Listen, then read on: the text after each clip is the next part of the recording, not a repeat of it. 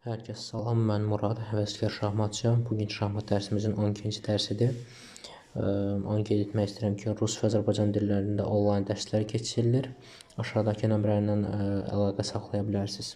Deməli, bu günlərim qısa və konkret İngiltərə qambitini göstərmək istəyirəm. Deməli, bu qambit ağlara tətbiq olunur. Deməli, ümumiyyətcə necə İngiltərə qambiti başlayır. Ağlar oynayır D4, biz cavab veririk Y5 gedişi ilə. Yəni burada piyadamızı qurban veririk.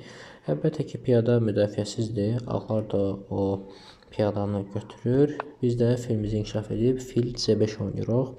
Ondan sonra ağlar AT3 standart fiqurlarını inkişaf etdirirlər. Biz burada bir dənə də piyadamızı qurban veririk və oynayırıq D6. Y-də vurduqdan sonra biz atımızı da qurban veririk.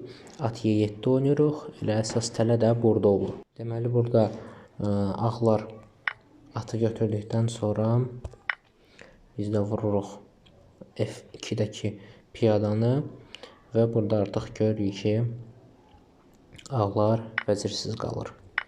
Yəni, belə asan bir tələdir. Təzə başlayan şahmatçılara tətbiq etmək olar. Belə bu qədər. Sağ olun, gələn dərsləri görüşənədək.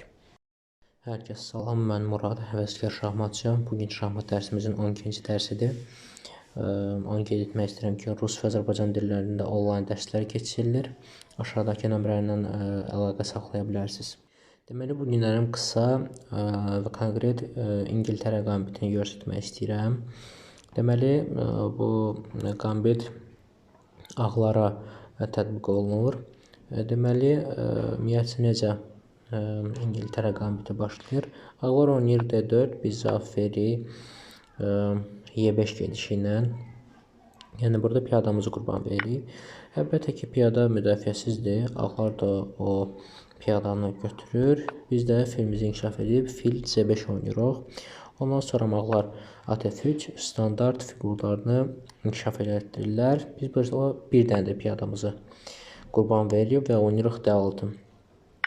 Y-də vurduqdan sonra biz atımızı da qurban veririk.